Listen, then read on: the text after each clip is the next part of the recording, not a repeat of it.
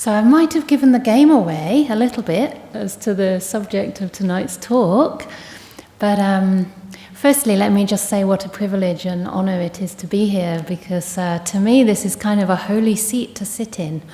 You know, I've been watching these talks for a long time, as many of us have, most of you live, but for me mostly online. And so at first it felt a little bit daunting to come and actually be the one sitting here, but Ajahn Brahm promised he would be sending metta, so if this talk doesn't work, it's not my fault. He didn't send me enough metta, okay? So, but it is a privilege to be here, and such a wonderful, friendly atmosphere. Many of you I know already, and I was thinking, you know, given this one opportunity to offer some Dhamma, what would be my chosen subject? And for me, I think one of the most profound and beautiful qualities of the Dhamma is compassion. And it's something I personally try to develop in my life and try to orient my life around as well. And it seems to me as though the world is in need of compassion. It probably always is, but you know, even if our own lives are going well, we hear so much about climate crisis, about the atrocities that human beings continue to inflict on one another out of delusion, basically, or certainly a lack of compassion. And sometimes it can seem very difficult to practice in this context. You know, it can seem as though we need to be in a special place, away from the world, and only under very specific conditions, you know, or around very specific people. Or perhaps we feel that practice only really relates to certain feelings, certain emotions that we have. And we leave a lot out from our practice. We leave a lot of ourselves out. So how can we practice the Dhamma in a way that really includes all aspects of this human condition, the human condition that we live with, you know, and our particular conditioning, our particular pains and struggles and things that maybe are not very obvious to most people, but that you know that are there in your heart. How can we find a way to practice, you know, that's not discouraging, but that actually helps to develop the qualities of lightness and connection, the qualities of hope, and keep our hearts really open in the face of difficulties that we encounter, rather than, you know, allowing ourselves to close down. Because whenever we close down and we lose that connection with one another, we're kind of losing some part of ourself. And compassion depends on connection. You know, one of the qualities that helps the arising of compassion is just to learn to identify with others as though they were ourselves. You know, and that doesn't just mean people who are obviously like ourselves, people who look like us, or who have the same background, the same gender or race or age, the same ability, even the same politics. Can we reach out to people with different politics too? And include more of humanity in our own practice and in our hearts. You know, and the Buddha was designated as the great compassionate one for a reason. And it's interesting, I asked Ajahn Brahm recently why, when he pays respect to the Buddha, Dhamma and Sangha, why does he pay respect to three particular things? Do you know what they are? Does everybody know what Ajahn Brahm pays respects to when he bows? Virtue, peace, and compassion. So why compassion? Why not wisdom? And he gave me the very simple answer. He said, because it inspires me. And we spoke a bit more about it, and I said, you know, what is really the value in wisdom anyway, if it hasn't sunk into the heart? If it doesn't become embodied as compassion, and if it doesn't give rise to that wish to help other beings? What really is the purpose of that wisdom? Is it just intellectual understanding? If it hasn't transformed our hearts? And we talked about it, and the simile of a candle flame came up. It's like the candle flame is the wisdom, but the hue, the glow around that flame is the compassion which radiates out. And this is such a lovely image. You know, you can't have one without the other. Essentially, they are the same. But compassion is something we can develop along the way. You know, some people, of course, if they're really deeply established in the practice, they have a lot of compassion, so much so that it almost seems to flow out and become spontaneous. But for most of us, we're still practicing, and any amount of compassion can have incredibly healing benefits. Healing and soothing, calming effects for the mind. So I have personally chosen a lifestyle, if it is a choice, which really depends on the kindness of others. You know, without the kindness of others, I simply wouldn't be here today. I wouldn't be able to survive in the robes as an alms mendicant. Excuse me, I'll just take a little bit of water.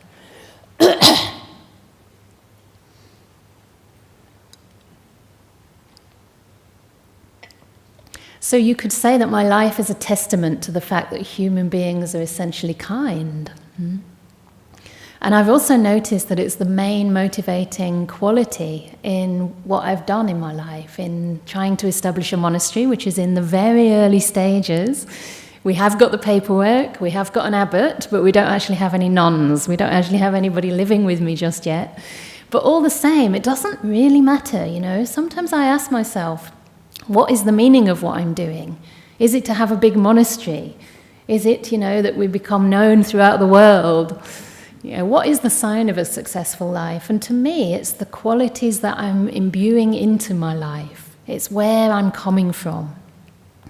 And in this sense, you know, every day can be inspiring, just knowing that, you know, whatever we're doing is helping people even a little bit. And I have to tell that to myself as well about giving a public talk, because it's not something I think that most people ever want to do. Would anybody like to come and swap the mic? No? I did ask a couple of you if you'd sit up here and be my attendant, my fake nun, but even that was a bit intimidating, I think, for you. So, but the reason that this is possible is because the heart becomes motivated by just wishing to be of benefit to others. And it's something that personally I found keeps the practice very moist. It keeps it alive, it keeps it fresh, and stops it becoming dry and kind of too focused on one's own progress, on one's own enlightenment, which can really cause us to lose resonance with the basic struggles that most human beings encounter in their daily life.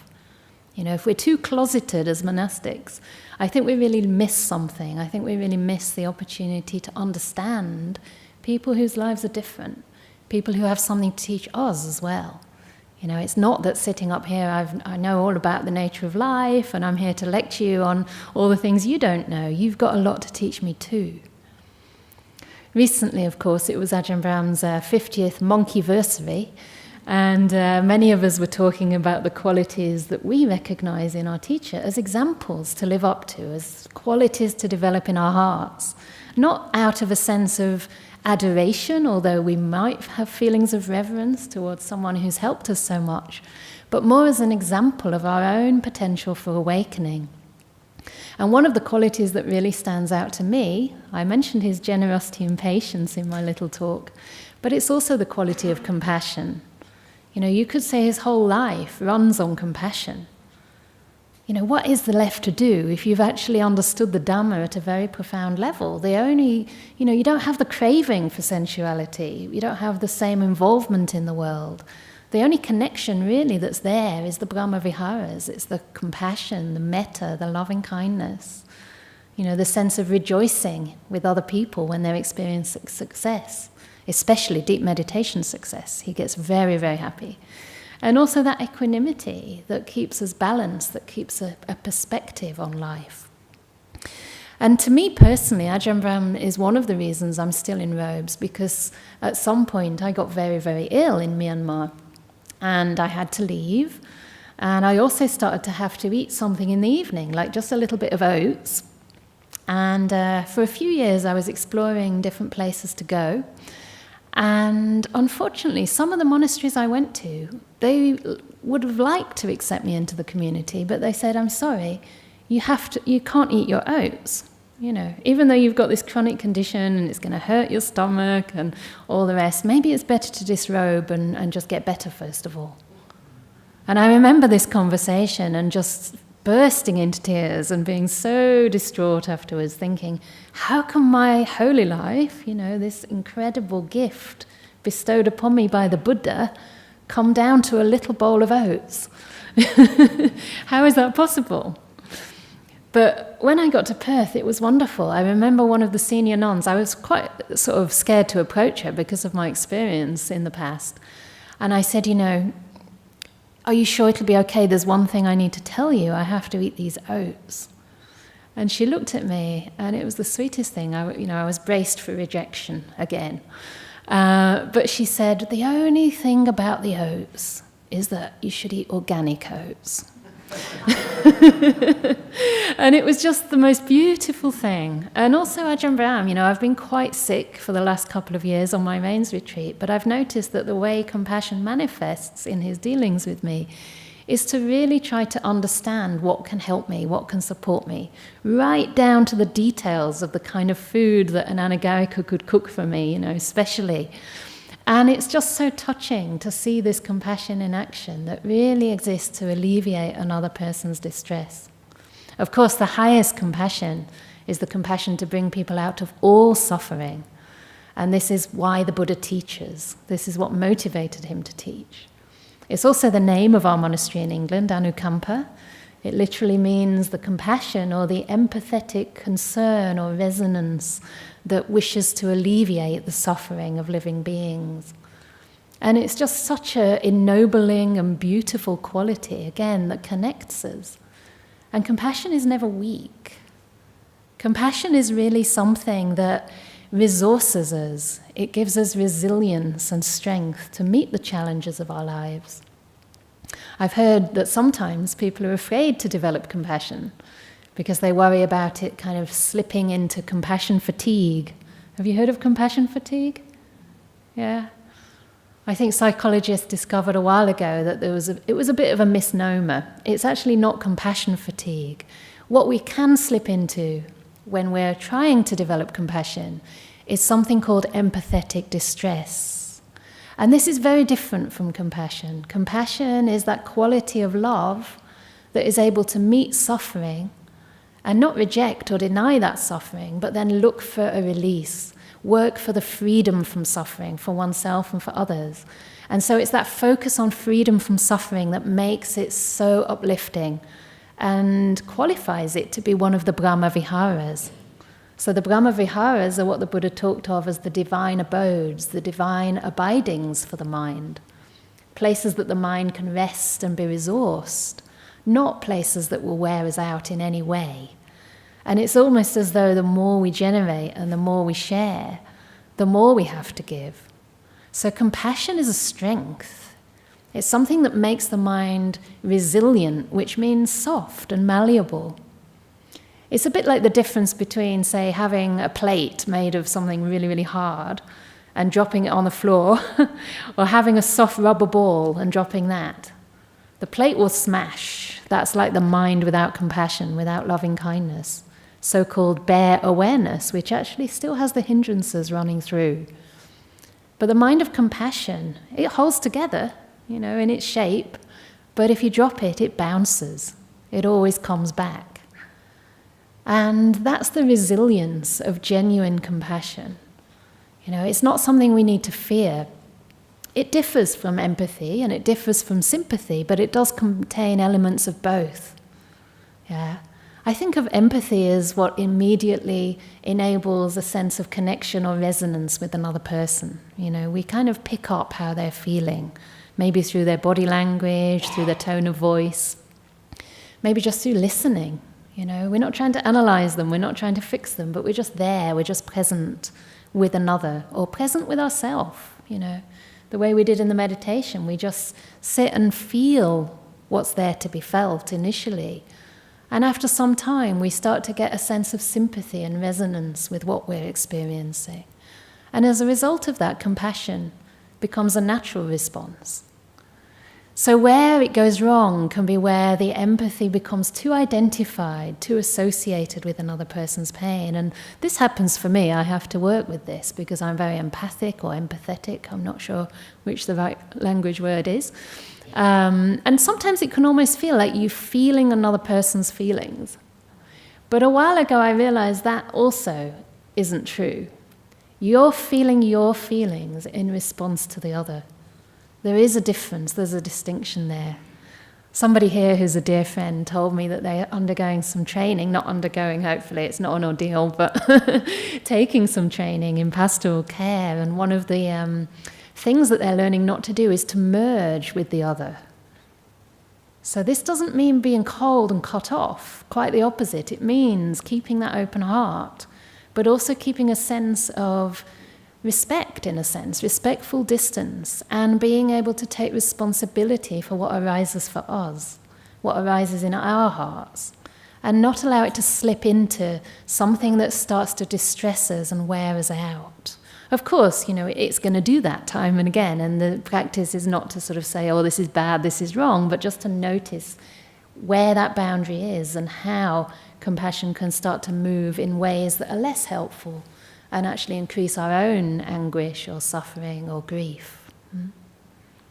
Another thing that I've noticed is that I can be feeling a lot of compassion for the people around me, but then I get quite tired, and somehow it loses its balance at some point. And just the other day, actually, I was meditating, and I'd been engaging quite a lot since my men's retreat because I have so many wonderful spiritual friends here in Perth now, and from all over the world, I was saying to somebody that Jhana Grove is kind of like the Buddhist Mecca. It's a melting pot where people come from all over the world, like really strong and dedicated practitioners. I even had some people who have been on retreat with me in America, and people who are like, oh my God, I see you on Zoom. It's really strange, believe me, because it's not that person they see. So you have to be really careful with projection as well. But, I've been spending so much time with other people because I genuinely love people and do feel a lot of genuine compassion. But I sat down to meditate, and I just felt this sense of sadness. And I allowed it to sort of manifest and emerge, and started to ask myself what it was about, not really with words, but just emotionally sensing into it. And I realized that I was so sad that I was neglecting myself. I just hadn't been there for myself. And as soon as I realized that, the words spontaneously arose, like, it's okay. I'm here for you. And it was such a beautiful, soothing kind of sentiment that I could offer to myself. So I repeated occasionally throughout the meditation, I'm here for you. And whenever my mind would get pulled into somebody else's business, not my business, or just that feeling of overwhelm, I was again and again just reminding myself, I'm here for you. This is for you. This session of meditation is for you. And it's okay. Apparently, okay is one of the favorite words in the English alphabet or language. I thought it was just 2 alphabets, but anyway, apparently it's a word. And it's one of the most common and popular. And I think it has got that sense of reassurance about it. It's okay, whatever you're feeling. Even if, you expect to be a perfect mother, a perfect wife, you're carrying the weight of the world, doing a full-time job, running around after the grandkids as well. And my goodness, sometimes you get angry. Can you believe it? I mean, you're not an anagami, right? So why are we pretending to be one? Why do we think we have to live up to such high standards? Instead, can we just say, wow, this is hard. This is painful. Sometimes I don't feel I'm coping, and it's okay. I can just be with myself and offer myself that gift of kindness, knowing that I'm doing my best. But sometimes the compassion is not balanced because it's going to others and not to ourselves. When the Buddha teaches the practices of metta and compassion and mudita, he always says, as to all as to oneself. Not to all instead of oneself, not only to oneself. The best is to have it both ways. And the worst out of the 3? Only to others. That's kind of interesting, isn't it? Because I don't know about everybody here, but certainly as a woman, socialized as a woman, I've been sort of brought up to think that I have to put others first. And the Buddha's saying, actually, if anything, it's better to put yourself first of all, with the intention to then share with others. So whatever benefits oneself and others is the ultimate, is the best. I've gone far ahead of myself, as I knew I would, because I still haven't really talked about what compassion is. But I guess I have to some degree. But I wanted to talk a bit about the benefits as well. And it's been shown through, psychology and also, of course, through Buddhist meditation, that developing compassion helps to alleviate emotional distress. It helps with emotional regulation. So again, there's a balance there. If it's moving into kind of empathetic distress or too much attachment, too much worry perhaps, then the impurities of compassion have slipped in. So real, genuine compassion is something that resources us again, and it leads to improved psychological health. I've used compassion to, not intentionally, but as way of a side effect, it's improved my physical health. I think I was explaining or telling an example of that recently at Ajahn Brahm's birthday on, when was it, the Sunday? That's his real birthday, his monkey birthday. So he's only 50 years old. We don't have to worry because he always promised he'd live till 80, so that's another 30 years.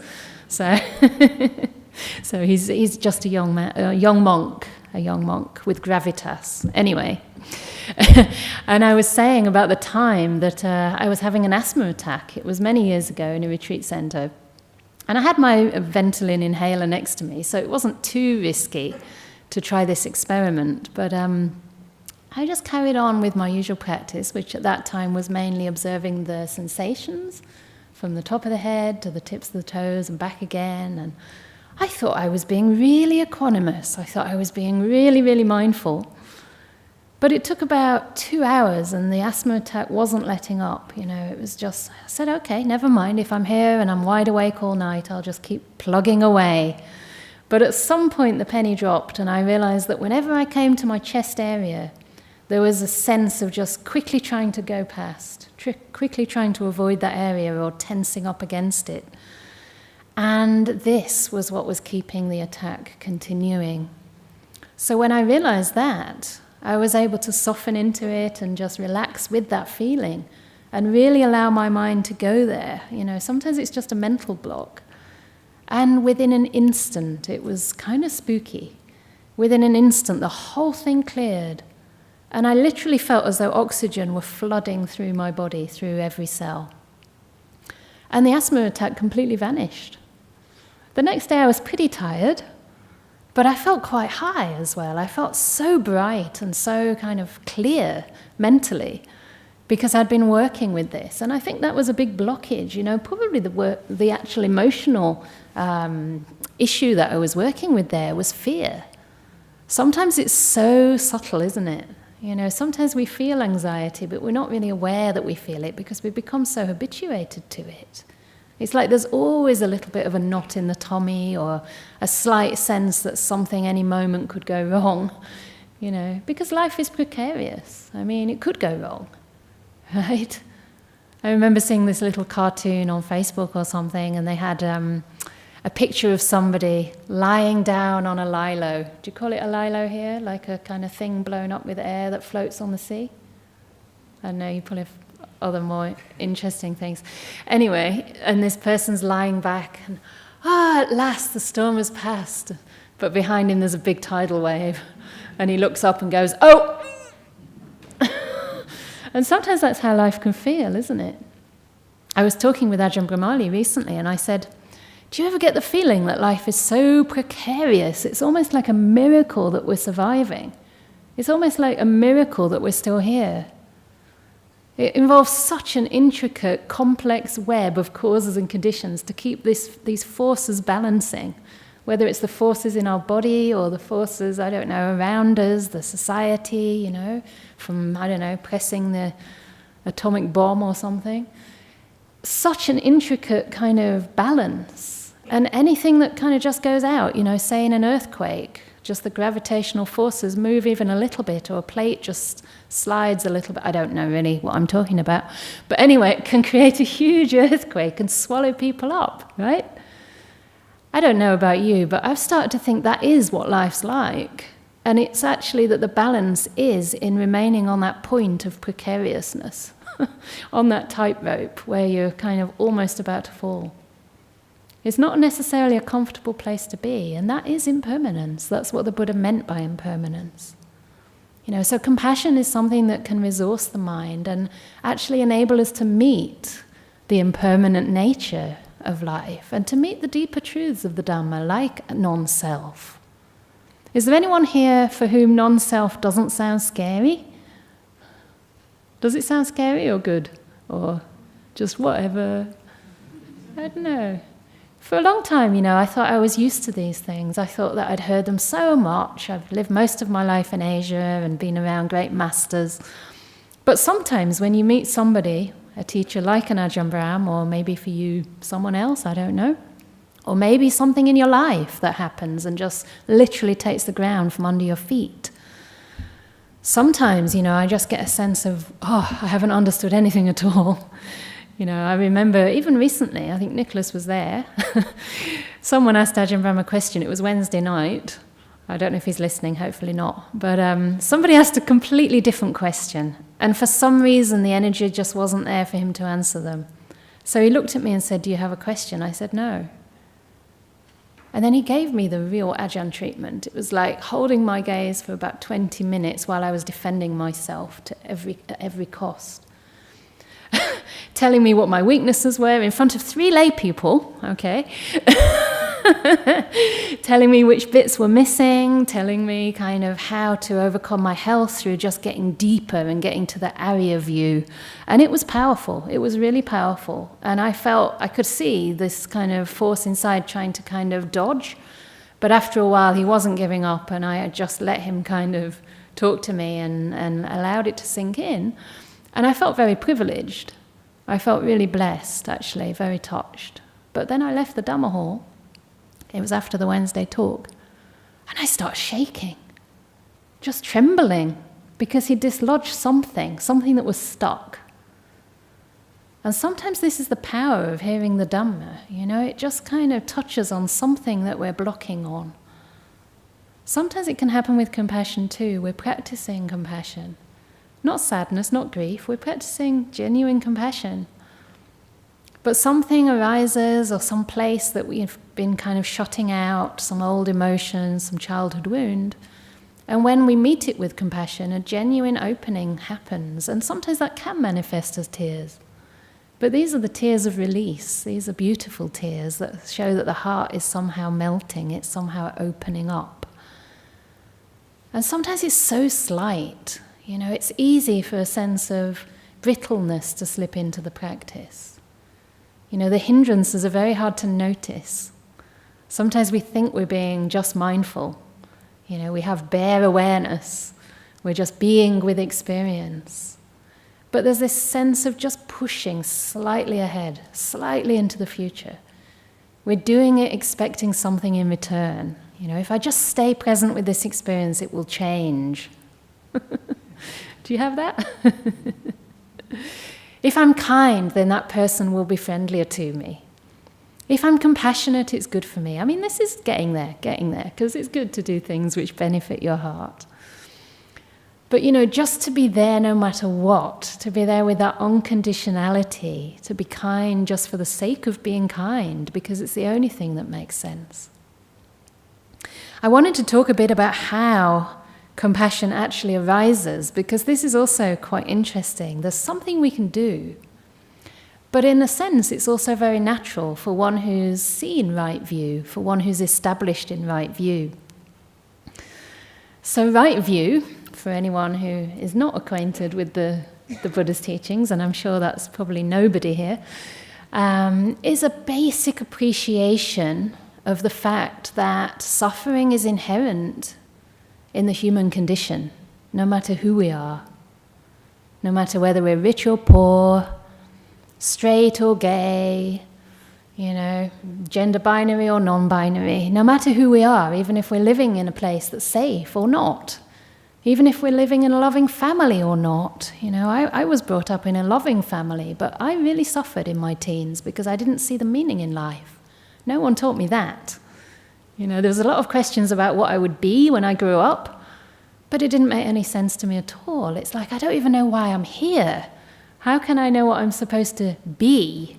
And I remember saying to my mum, I don't want to be anything. Very stroppy teenager. Because it just didn't make sense. There was this deeper burning question of suffering and why we suffer and what we can do about it. What is a compassionate response? And the Buddha is pointing to this. So when I first heard the teachings of the Four Noble Truths, I felt that for the first time somebody was being truly honest with me about the condition that we're in, that we're born into in this world. There is suffering, and suffering's universal, and it has to be understood. So when we can actually start to meet the suffering, that is when compassion has the chance to arise. In a way, it is a wise response to that suffering. Luckily, the Buddha didn't die after teaching the first noble truth, just that life is suffering and it's to be understood. He continued to teach, and he gave us the reason. He gave us the cause, and the cause, of course, is wanting or craving for it to be different. The cause is, as Ajahn Brahm would say, asking from this world something it can never give us, which is freedom from that suffering. Even for someone who's fully enlightened, it's not possible to be fully free until parinibbana, until this whole realm of suffering ceases without remainder. So we're living with suffering, and we need to learn to live alongside it with a sense of kindness and love. And in a sense, it's inevitable, isn't it, for one who's seen right view, that should lead naturally to the three right motivations, the second factor of the path. And one of those right motivations is non-cruelty, compassion. It's a synonym, avihimsaka. It means non-violence, non-cruelty, tender mercy, compassionate care, gentleness. Yeah? Because when we really understand that all beings suffer, is there anyone here who wakes up in the morning and thinks, I really think I want to suffer today. Let me see all the different ways I can inflict suffering upon myself. Is there anyone anywhere who wakes up with that intention? Probably not. But out of ignorance, delusion, we do act and think and behave in ways that lead to more suffering in our lives, and unfortunately perpetrate that suffering on others too. So when we realize this, and we also understand that people are conditioned, all of us are conditioned, by the influences we've had working on us throughout our lives, through our childhood, the kind of family we've been born into, whether we received enough love and care from our primary caregivers, or whether maybe there was some emotional neglect. I doubt that there are many parents enlightened enough to always fulfill our emotional needs, A lot of the time they just stick that dummy in your mouth and tell you to shut up. I used to spit that dummy right out and continue crying. But, we're all basically a product of everything that's gone before, right? And I often wonder, if we only could see what a person's gone through, would we be so quick to judge? If we could really put ourselves in another person's shoes and realize that not only that could be you, but that probably would be you in that circumstance, then how can we judge another? The Buddha said that one of the ways to overcome resentment is to develop compassion. And he likened somebody who has resentment, somebody who's lost, somebody who's deluded, who's angry, as a person who's sick. He said it's like a sick person who's just walking through the desert, is completely lost, it's hot, there's nothing to drink. They've got this sickness and there's no medicine, there's no doctor, there's no attendant. And this is what the world's like for us when we don't have guidance, spiritual guidance, the medicine of Dhamma, the medicine of compassion. Right? We're like that sick person. We simply don't know how to allay our disease. So when we realize that somebody who acts in ways that are really harmful towards others, or commits the most awful atrocities upon others, or, has policies that we feel are leading to a lot of harm for others, it's important to understand that, if they are acting out of ill will and genuinely bad intentions, this person is sick. This person is unwell. And they have to live with that sick mind and body. So our job can be to care, right? Not to judge. Because if we judge another person, then we're becoming sick as well. And, sometimes the medicine's there. The person might be walking through the desert and the medicine's right in front of them. But they just walk past it, they don't recognize it. Or they take that medicine and they put it on their shrine. Have you ever done this? You take the Dhamma teachings, I don't know, maybe the suttas, you lock them in a cupboard and you say, oh yes, may this medicine make me better, may I be well, may I be well. And you don't take the medicine. Or you put your pills from the doctor on the shrine and you just kind of circumambulate it. Oh, may I be better, may I be better. I mean, it sounds kind of stupid, right? But much of the time this is what we do. We have the teachings, but we don't actually apply them. We don't actually take the medicine. We say, I'll meditate later. The suttas are there for when I've got time. And we don't actually take that medicine of compassion. So when we see that suffering is inherent in the human condition, compassion is a natural response. And yet, for most of us, of course, what do we do beforehand? We have to start to cultivate it somewhere. And we can do this step by step, little by little. And I wanted to talk a little bit about how we can practice meditation with more compassion. So I came up with this little anagram. It's the 3 letters A-R-C, like arc. All right, and there's 3 aspects to that. So the first one is aware, the second one is resonate, and the third one is care. So this is what I was trying to sort of touch on in the guided meditation, that first we become aware of our experience, because if we don't actually know what's going on, we're not going to find an appropriate response. So initially this might just mean contacting the sensations in the body or feeling the breath. And both of these act to undermine or cut through ruminating thoughts.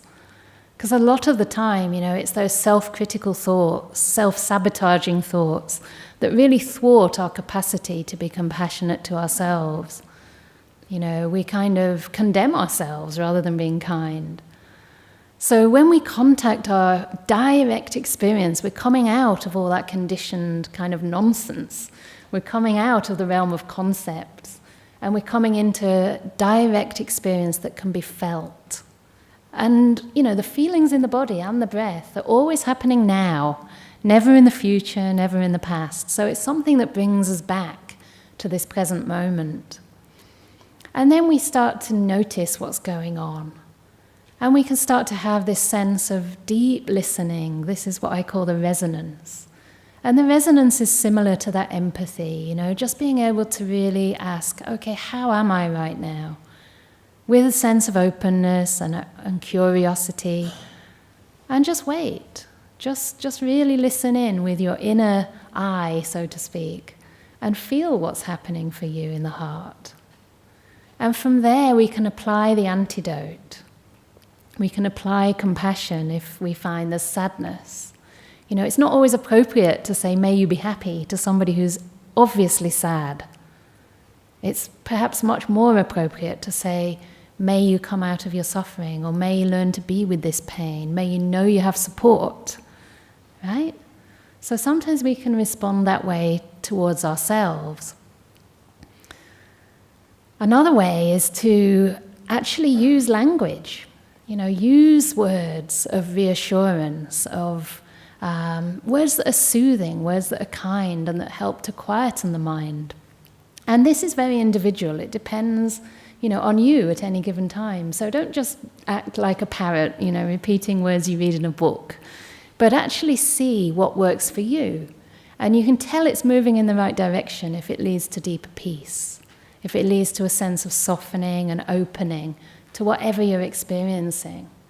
Because really, we need to learn to be able to stay with our experience. And when we have compassion, it's much easier to do that. There was an experiment I was reading about recently by Matthew Ricard. He's a Tibetan, or is he Nepalese French monk? French, but yeah, he spent a lot of time in Nepal. And he talks a lot about compassion. And he's also done a lot of, because he was dubbed the happiest man in the world at some point, because he went under one of those brainwave, machines. People keep asking him to come and do these scientific experiments to show what's happening in his mind.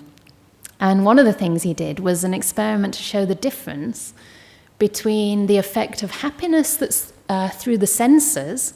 So that means the kind of happiness that is based on pleasure. It's called hedonic happiness, yeah? So it's the happiness that it actually feels good, if you like, and it's a sensual kind of happiness. To contrast that with something called eudaimonic happiness, which is the happiness of meaning. It's the kind of happiness that comes around through the practice of compassion or loving kindness. The happiness that's connected with inner virtue, if you like. And what they did was ask him to eat his favorite food. And his favorite food happened to be muesli, which I find really dry and hard to eat. But anyway, he really loved muesli, so he thought, okay, I'll have a big bowl of muesli and they can do the experiment on my brain. So he had his bowl of muesli, and then after the muesli, after really enjoying it, they gave him, and I forget this, it was either a very mild electric shock or it was an injection of some kind to test how his brain would respond to pain immediately after experiencing pleasure. And guess what the result was? Anyone? It made it worse. It made it much worse, because the gap between that happiness that he had experienced eating the muesli and the physical pain he was now experiencing was very big. And it was almost as though, the contrast was just highlighted the pain, the physical pain that he experienced. However, the next experiment was that he would practice developing thoughts and feelings and intentions of compassion, something he was quite probably adept at, but just for a few minutes, just to practice compassion, to really, visualize somebody that embodies that compassion to you, or, just get in touch with the feelings of compassion you might easily be able to rouse for a friend, a loved person who's going through grief or going through loss or whatever they might be going through. And then they gave him the same mild electric shock or injection, whatever it was, and they found that it hardly had any impact. There were no kind of pain responses in the brain. So again, that shows the cushioning effect of compassion. It shows how it really is a panacea for the pain and the suffering that we experience in life. It's not something that, pulls us down into the depths of darkness or makes us wallow with empathetic distress, with our friends. This is not what it is.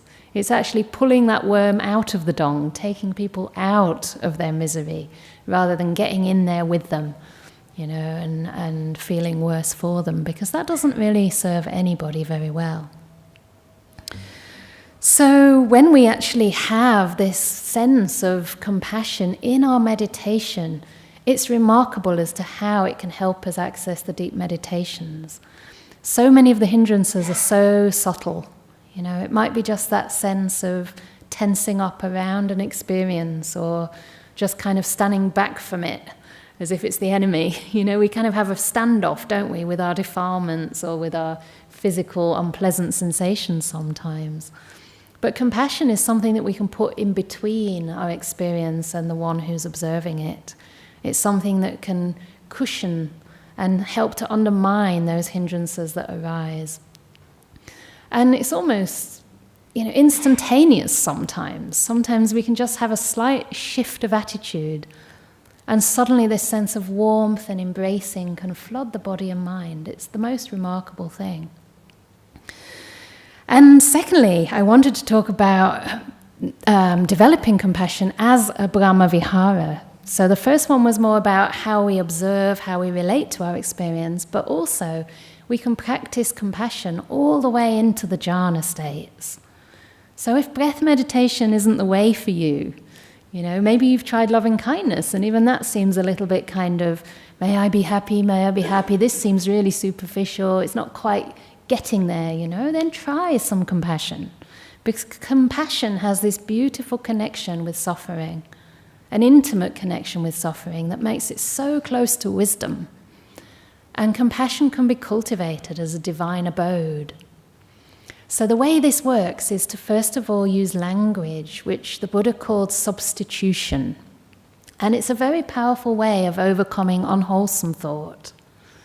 In this case, compassion is the direct antidote to thoughts of cruelty. Sometimes we might not think we're particularly cruel, but do you often notice, or sometimes notice, that you think, they got what they deserve? Or they will get what they deserve eventually, and that's a good thing, right? We imply that that's a good thing. But isn't that also, in a sense, a slight, cruel motivation? Don't we want them to come out of suffering and not have to suffer for the things they've done wrong? To learn, but not to suffer. Right? So the thought of compassion, may beings be free from suffering. May they receive support. May they be safe. May they be free from danger. These thoughts are the direct opposite, and the Buddha went as far as to say that it's impossible to simultaneously have a thought of cruelty whilst having a thought of compassion. So it directly replaces that thought, which is powerful because this starts to condition the mind. And then there are different aspects involved in this practice. It's not only the language, it's a kind of balance between the careful placing of thought and emotional intuition. So we have these thoughts of loving kindness, but we also stay present with how that feels in the heart. There's a certain resonance to some words. Like if you close your eyes now and just say the word safe to yourself and just notice. Safe.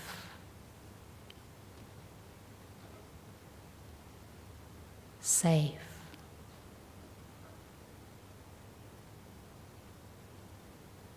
Or peace. Peace.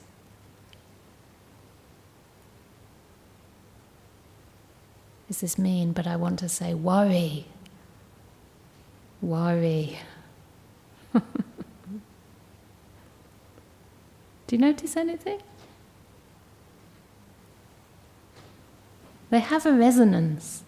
And after a while, when we keep on repeating certain words, certain sentiments, that starts to develop an emotional response.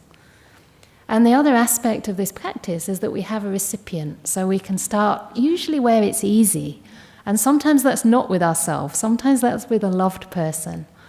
Because sometimes with ourselves, we just know too much, don't we? We know all our weaknesses, we know our struggles, we might be stuck in a particular emotional rut. But sometimes it's much easier to have empathy and compassion for someone we love who's going through a difficult time. Recently I heard from a friend of mine who's been in a relationship for 17 years, and I know she adores her partner. She thinks of him as a rock. And after 17 years, it all fell apart within a week. He started basically being in contact with a much younger woman and texting all the time and wanting to see her all the time. And my friend said it was like going from being his priority to being nowhere. Luckily, she was someone who's practiced a lot of compassion, and she actually teaches mindful self-compassion in courses to other people. And this didn't mean that she was, fine and that nothing happened, but it did mean that she was able to feel the shock, feel the feelings fully. And she wrote to me to say she was literally shaking with shock, from time to time. It would just come over her from time to time during the day, just the enormity of suddenly losing your life partner in such a irrevertible way, And she managed to stay present to all of that, with these thoughts of loving kindness that didn't deny the problem, but was able to embrace even the most difficult, overpowering feelings that arose. And I found that really inspiring, just as an example of what these practices can do. So the Buddha says that whatever we frequently reflect and ponder upon, and this includes in this case compassion, becomes the inclination of our mind. It actually becomes our character. And it becomes much, much easier to pick that response up when it's needed. Sometimes just automatically it arises when we most need it. So I'm running out of time. It's amazing how fast time goes, but I did want to talk also about how we can bring more compassion to our daily lives. So how we can take it from the cushion, and it's important to develop compassion in our inner world first of all, but also to express it outside. And of course, one of the first places, the first ways to do that is through action. There's a lovely quote that I've read by an American author. She's a black American woman called Bell Hooks. Does anyone know of her? She actually passed away only a couple of years ago, I think, which is really rather sad because I only started reading her recently. But she's an educator and an activist and a kind of social commentator. And she made a wonderful statement. She said, I'm always struck by the kind of dark narcissism that manifests as, what is it? A dark narcissism.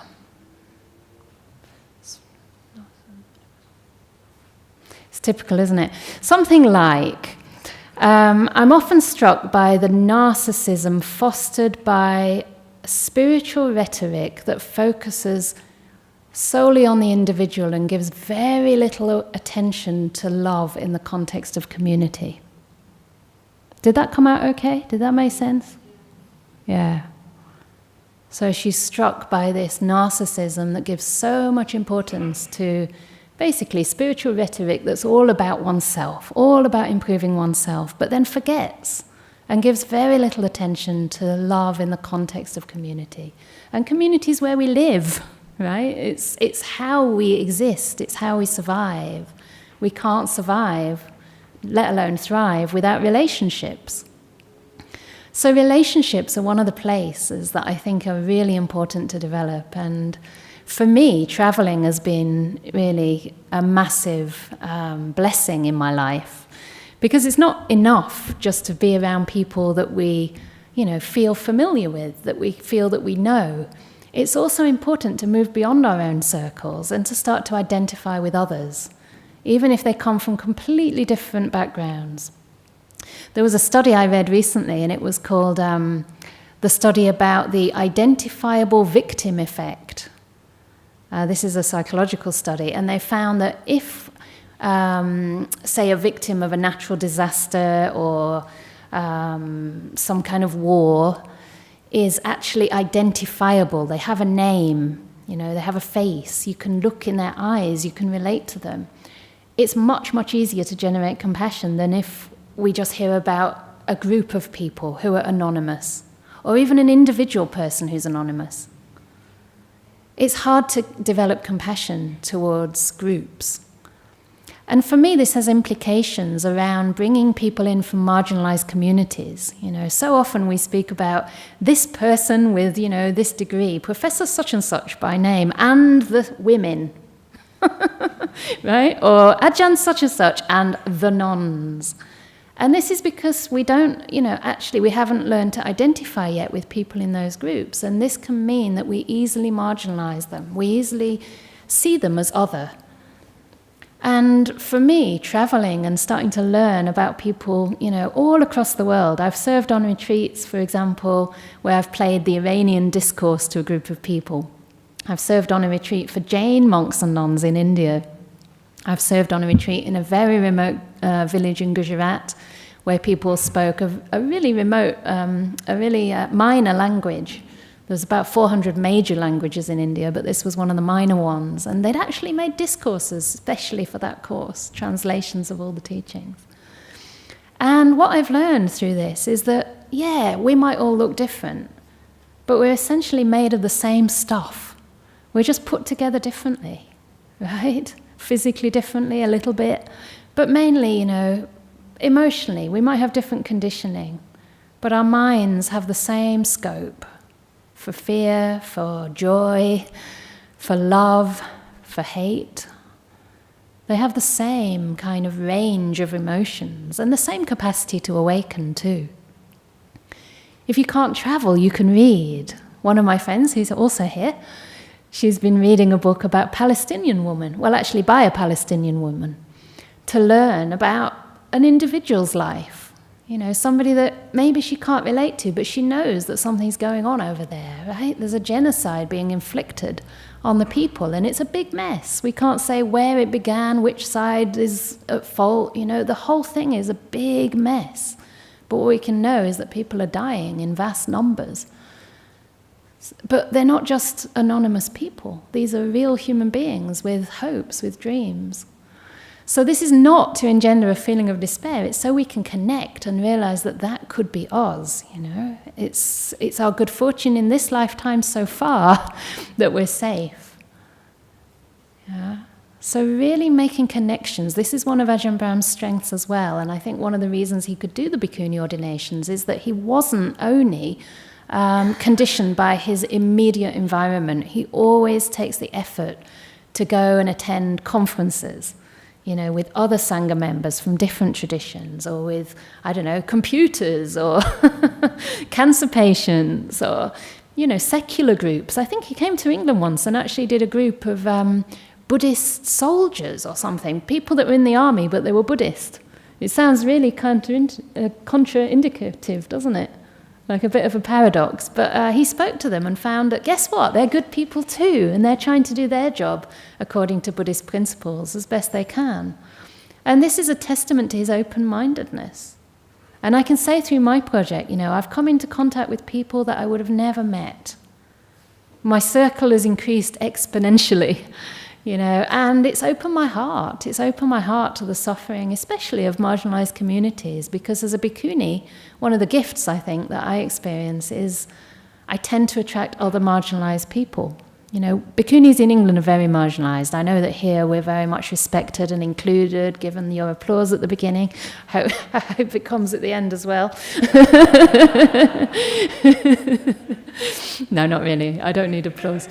But, you know, here it's become normal, right? Here it's become a beautiful thing, worthy of celebration and rejoicing, to see the bhikkhuni Sangha, to see that balance in the Sangha.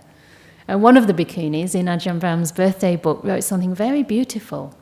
It was Venerable Pasada, and it said something like, a healthy community is a reflection of a well-developed mind. If our minds remain partial, then the communities we develop will remain partial. They'll be lacking in harmony, they'll be lacking in peace. Something like this. I've probably quoted her wrong, but I thought it was the most beautiful way to put it, and very diplomatic. She didn't say biased. She said partial. And something about these Brahma Viharas is that they're impartial. They include all beings. So let's try to foster relationships with people that we don't know. It can even be during your day, going to work, stopping because you see that somebody's lost, or just, you know, caring to give a person a smile, saying a few friendly words. You know, I wanted to talk about speech as well, which we've run out of time for, but speech can be used to really uplift another person. So often we use our speech to be right, to tell another person what's what, or to kind of make a point. But what about using our speech to gladden and inspire? That's the way the Buddha did it. People would come to him and say, I'm struggling, I've lost hope. There's this lovely story in the Samyutta Nikaya of a monk called Tissa, and he was struggling with doubt. He'd lost his way, the hindrances were occluding his mind. And he went to the Buddha, and the Buddha said, is it true, you know, that you're struggling, you've lost your way? Yes, Venerable, yes, Buddha. You know, nothing is clear to me anymore. And the Buddha gave a beautiful teaching on, you know, understanding basically what this existence is about. And at the end he said, rejoice, rejoice. I am here to instruct. I am here to encourage. Rejoice. I thought that was the most beautiful, reassuring phrase that the Buddha could have used. You know, rejoice, I'm here to instruct you. And we have the Buddha here. We have these teachings here. We just need to apply them and see how they work in our lives. And just lastly, because I am actually out of time, I wanted to make the point that for me, I think I'm nearly 50, so I guess I've got a bit of age. But it started to be less important to me in life what the result of the practice is, and more important to focus on the way I live my life. Even with the monastery, people often ask me, how is it going? How many nuns? How many supporters? How many bedrooms? Whatever it is. And it's really with the best of, intentions and a wish to support. But to me, I take the long picture and I just think, would I change anything if I would never have a single nun to train? Actually, no. Because the meaning and satisfaction I get in my life is from the act of giving. It's from being able to invest my energies into something that's values aligned, into something that gives my life meaning and that purifies my heart and opens my heart to see things in different ways. So it's not only that I've got this chance to give and to express compassion, but also to be nurtured and to receive support. It's incredible. I've learned to ask for help. I've learned to say no. Not always, but I can say no out of compassion if something doesn't look like it's going to benefit me or another, right? So I'm not going to take everybody. Ajahn Brahm says he ordains anyone who's breathing. Sorry, I'm not that enlightened. So sometimes it might not be the best. But this is not the measure of a successful life. When it comes to the end, what will we really be taking with us? As we said, life is precarious. Anything could change at any time, and it does. And we will come to the end of our lives. And we won't be proud of how much is in our bank. We might be glad we've got something to leave the kids or the grandkids, or the Buddhist Society or Anukampa. I won't give you my website, that would be bad form. But, what will we really be taking with us? And what we'll be taking is the values, the qualities we've developed in our hearts. Recently a friend of mine passed away. She died. People are afraid to say the word death. She died. And I saw her in her last weeks, and she was full of gratitude and love. It was so touching to be around her. I said to her, I'm not giving you a favor by coming to see you. You're doing me a favor. It's a privilege. It's really a blessing to just see somebody who's been practicing sincerely, their qualities starting to shine. It's as though when the senses start to disappear and we let go of the body, everything we've been developing in the heart just comes to the fore. And that's what takes us on. We don't take our fame, our success. We don't take the praise or the blame. We just take whatever we've developed in our hearts with us, and that will determine whether we'll have a happy rebirth and how we'll continue our life. So keep on inclining in the direction of compassion. It's a beautiful, noble quality that's so close to right view. It's the product of right view, and yet it can be developed as well. So I haven't been able to go into as much detail as to how to develop it as I would have liked, but hopefully there was something there that can inspire and can just encourage you to bring that bit more softness and gentleness into your lives, into your practice, into the way that you're aware, and the way that we build and treat one another in our communities as well. So, thank you very much. More. Thank you very much. It's been a privilege to talk to you. So, it is the time for any questions. But I am Ajahn Brahm's disciple, so it has to include comments and complaints as well, and that's okay. Eddie told me that if he asks a question, it's to support me. I said it's okay. It's the point is the length, but you can argue. It's okay to argue, but just make it short. Let's wait. Let's just see. Has anybody got a question, comment, or complaint?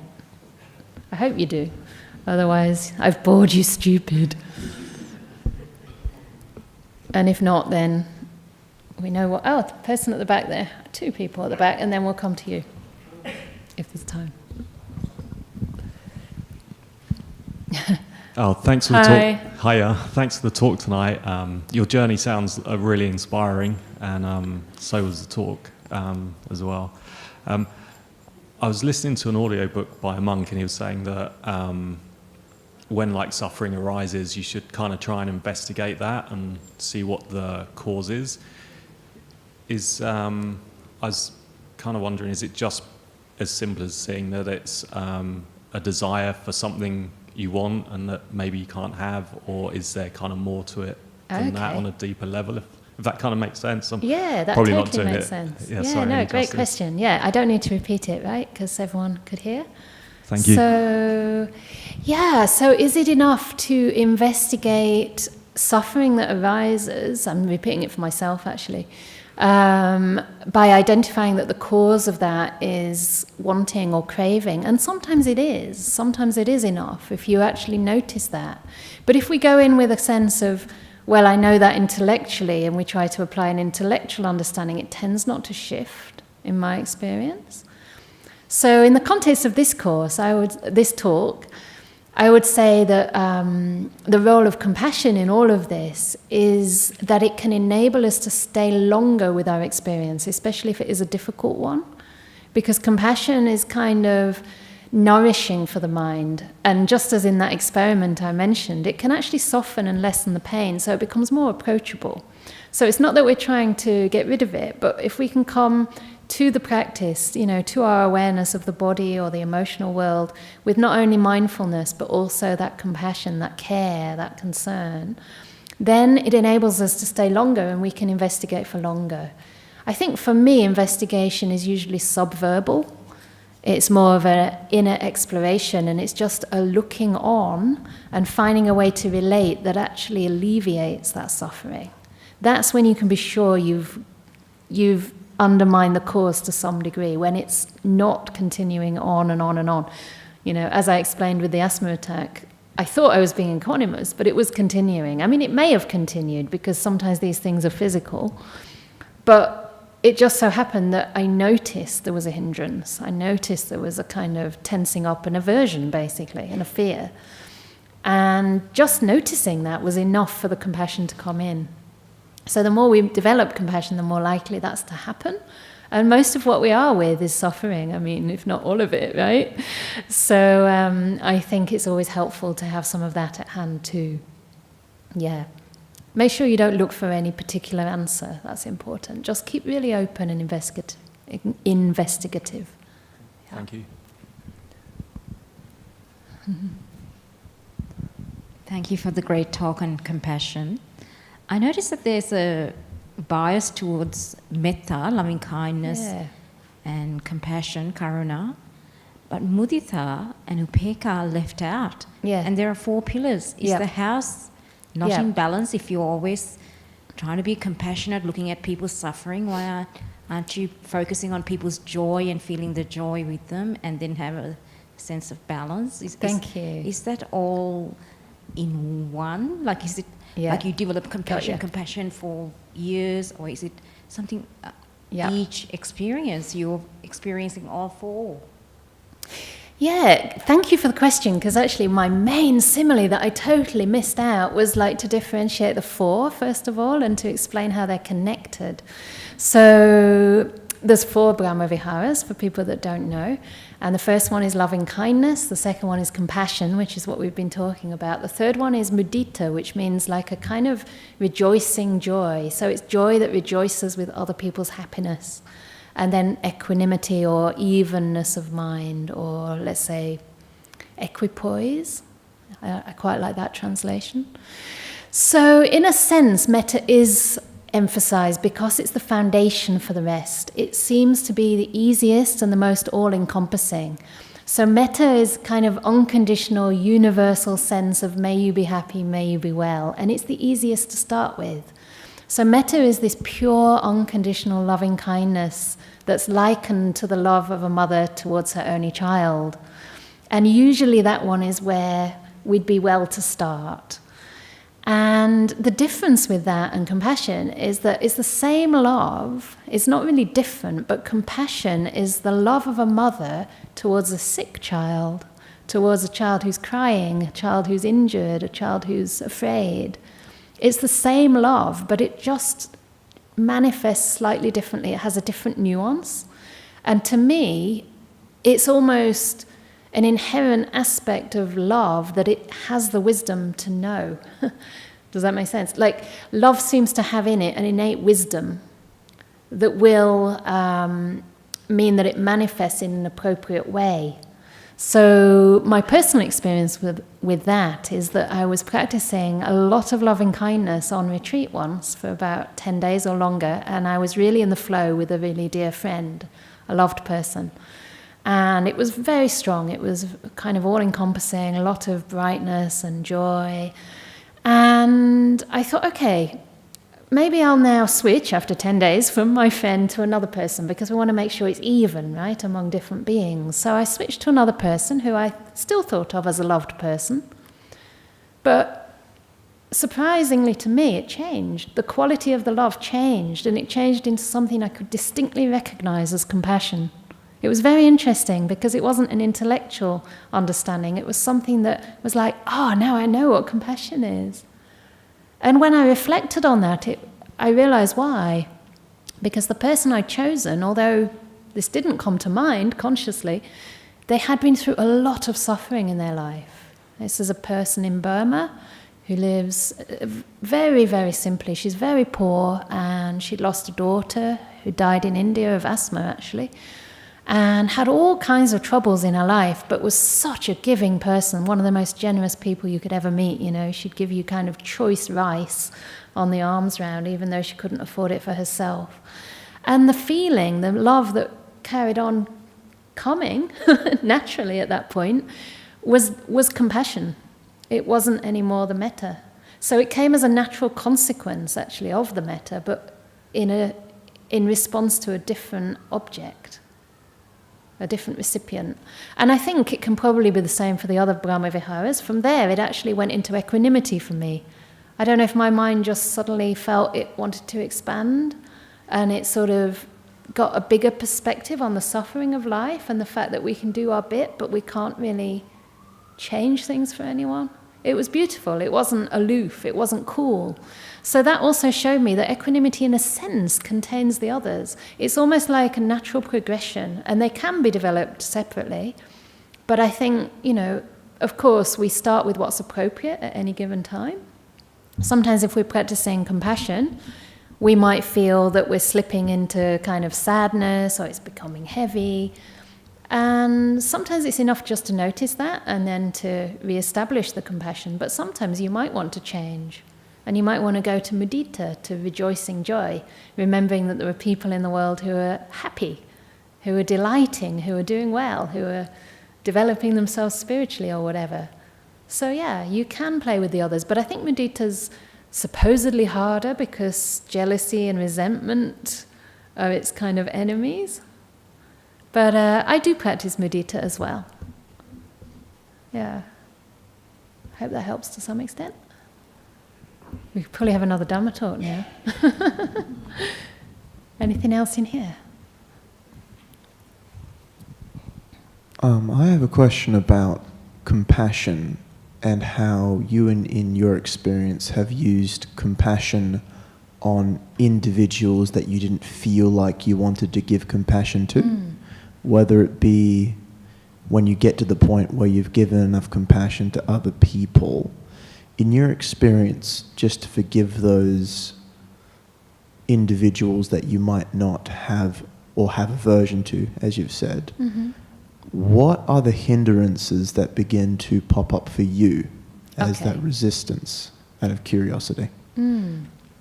Do you mean the hindrances that come when I know I'm gone a bit over? Like, what are the signs when I've gone a bit too far? In the sense of, like, what is the resistance that you feel of, like, I don't really want to forgive this person, or I don't want to, or I'm starting to feel that negativity? Yeah. For me, actually, to be quite honest, it's very rarely towards the person. It's usually a feeling of, I think it's always a aversion towards a feeling in ourself, actually, at a deeper level. But to me, honestly, it's usually tiredness. It's a sense that I just don't have more resources to give. And I think at that point, it's probably because I've been too other-oriented and, or I've been going too long past my boundary. I should have noticed earlier that I was getting tired, and at that point, the kindest thing to do, maybe not for them, but for me, would be to say, I don't have any more energy now. I'd like to listen to you another time, but I don't think I can listen well at this time, or something, But I find it hard to say no. I find it hard to find that boundary. So that's a work in progress for me. But I think a lot of the time it's that. For me, it's that.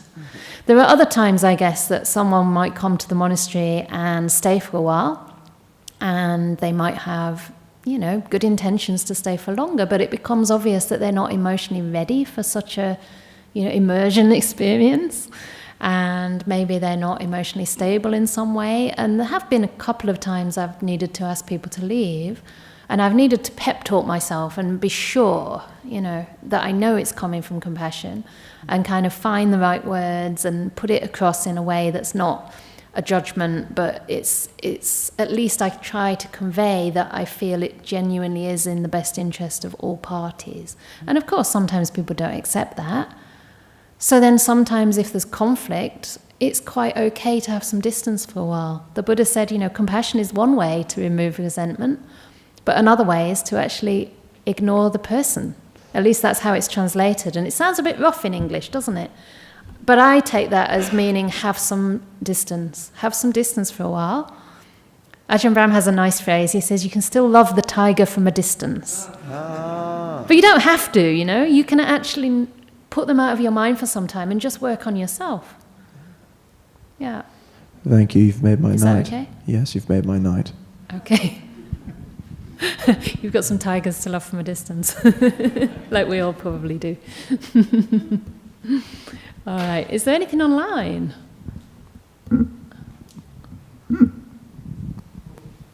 Oh, Eddie's got a question. Okay.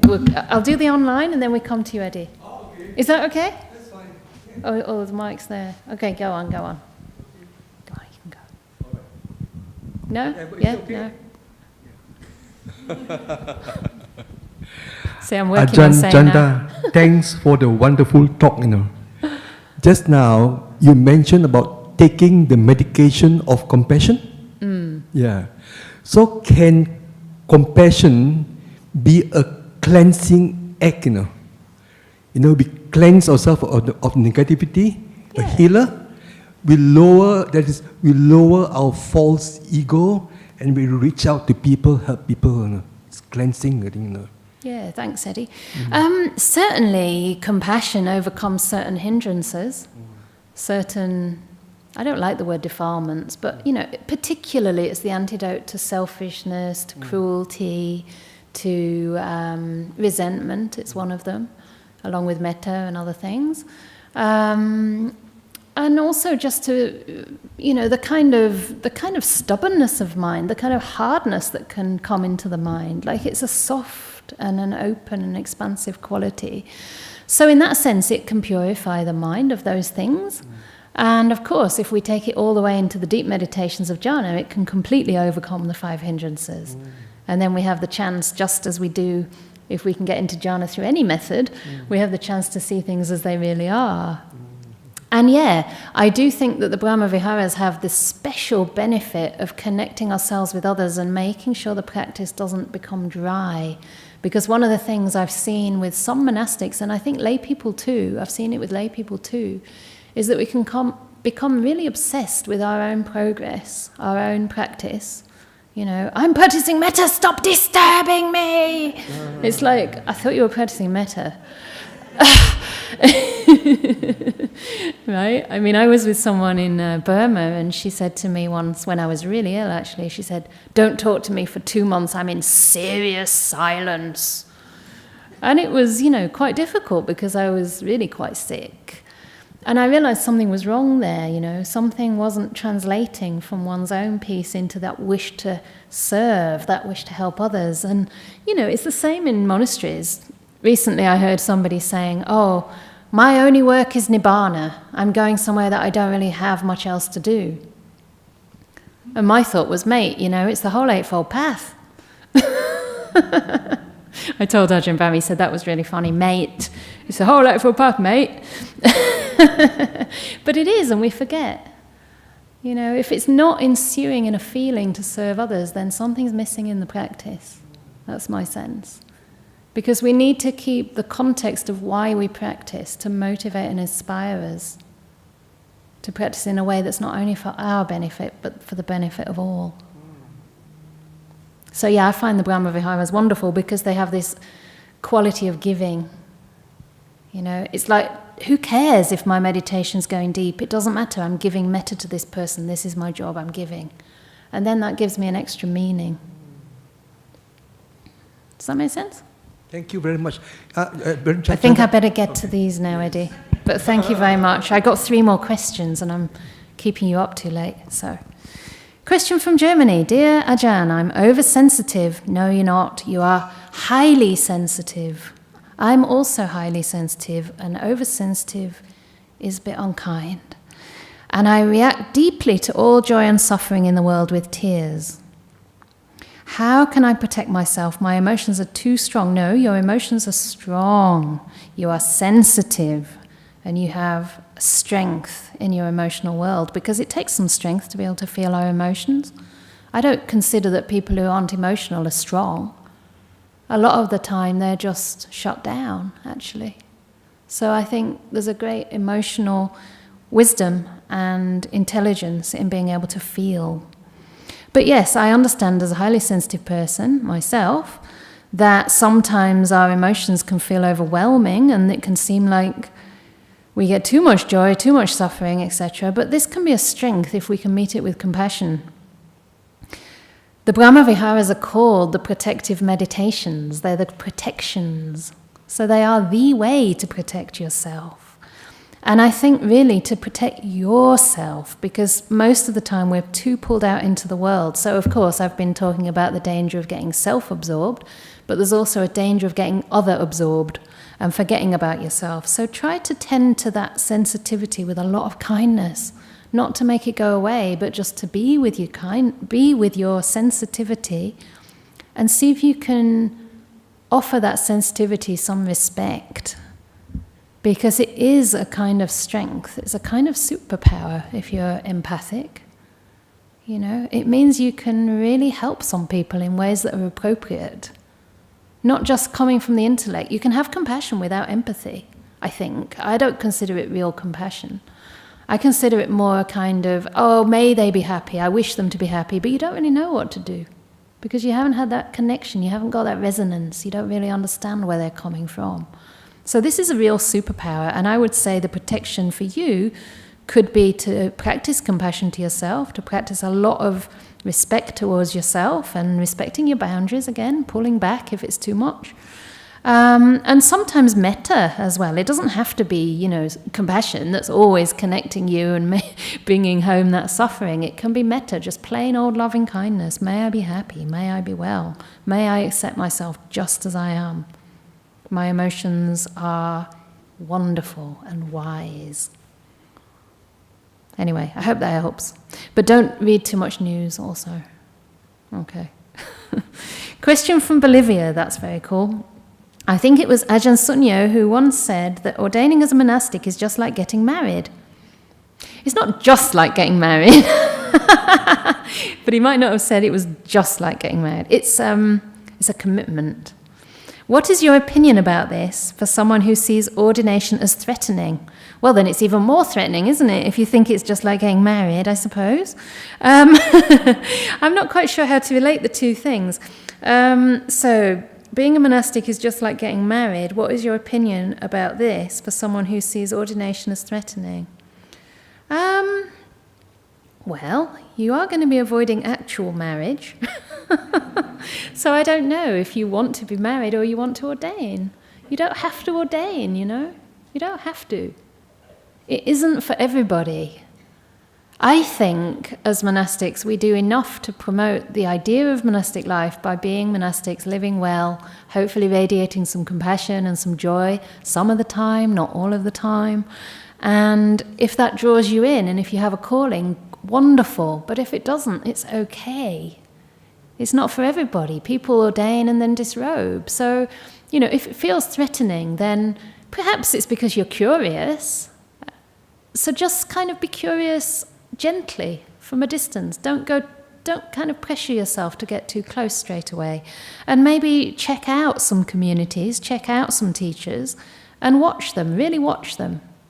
I mean, I had enough faith in Ajahn Brahm when I was in Myanmar, also with a teacher who was just as powerful, believe it or not, because in Myanmar and places like that, there are a lot of amazing people who've given their whole life to practice and developed extremely deep meditation, even in their teens, at young ages. And I'd never wanted to leave that place, but I got sick. And luckily, I just got into contact with Ajahn Brahm's Deep Rains talks, and I knew within 2 talks that I had to go and find this teacher. I knew that this was someone who was speaking from experience, and there was a connection there that it was somehow in my karmic path. But still, I checked him out, and I still check him out all the time.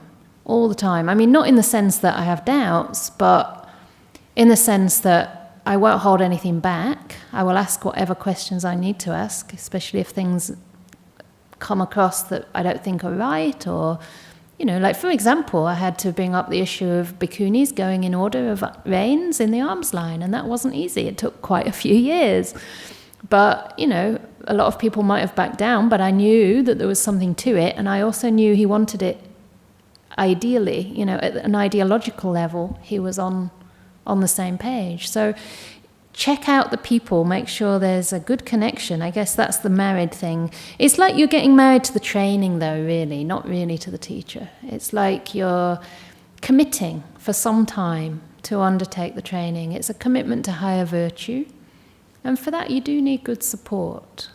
The thing that usually causes monastic life not to work out is a lack of supportive conditions. Ajahn Brahm swears that it's always the other gender, meaning women, meaning monks leave for women. It's not women's fault. But I don't see that in the Bhikkhuni Sangha. I see that it's usually a lack of supportive conditions. So that's really important, to find a place that welcomes you, to find a place you feel accepted for who you are, and you can communicate with the people you live with. Yeah. But it is a commitment. I mean, unlike marriage, you're not actually saying this is for life. You don't have to say that unless you want to. You can leave at any time. So, all right. The Buddha is regarded, last question now, we'll be on time. The Buddha is regarded as the greatest teacher of those who could be trained. But how do we deal wisely with a person in our life who is just not on the path and very difficult to deal with? Yeah. Well, one wise way to begin to deal with them is not to make it so black and white, that you're either on the path or you're not on the path. Because there are some people who will never call themselves Buddhist. They might not even keep all 5 precepts, but in many ways they may be very kind, right? In many ways, they may have things to teach you. They may have qualities that you've yet to develop, and maybe because of that you can't see those qualities. You don't notice that they're there. So I would say, firstly, to try not to judge, because a part of compassion is non-judgment. In fact, that was a major part of the talk I wanted to say, but I forgot it completely. But to me, being compassionate means not judging, because you understand a person is the way they are due to forces usually outside and beyond their control. So how can we possibly know, and how can we therefore judge? So just see if you can maybe look at that person in a slightly different way, see some of their qualities, engage with their qualities. You don't have to engage with bad speech. You can ignore the stuff that's bad and just engage with the positive things that they say. You don't have to argue with the negative things. Very difficult to deal with. It depends. I mean, I do wonder about the word deal with, because as a teacher now, I try to be careful with my language, and I've noticed that when I think, I've got to deal with this and deal with that, I'm seeing it like a kind of combat. I do think that way. I think, no, I've got to deal with all these emails. Deal with? Or embrace? What are you trying to deal? I mean, what does it mean to deal with? It means to change. So forget about trying to change them. I think the main thing, and as Buddhists or non-Buddhists, is not to preach, but just to try and embody some of the qualities that we really revere. Just to try and manifest them as best we can, and to remember patience, remember forgiveness, remember giving people a chance. And if it's really difficult, taking a break. It's okay to take a break. Yeah? But I would say try to divest emotionally from feeling that you need to fix the person, and also see if you can just notice when judgment arises. Because sometimes we're the difficult person for another, right? We're also somebody's difficult person. So maybe that's part of the lesson for us. All right, we have finished the questions. So now, thanks for staying. Everybody stayed such a long time. Still quite a lot of you here. Amazing. So, oh yes, Buddha, Dhamma, Sangha, and then 3 big sadhus, or 3 big sadhus first? Yeah. All right, you only get one chance because I'm leaving soon, so I want really big ones. Sadhu, sadhu, sadhu. Very good.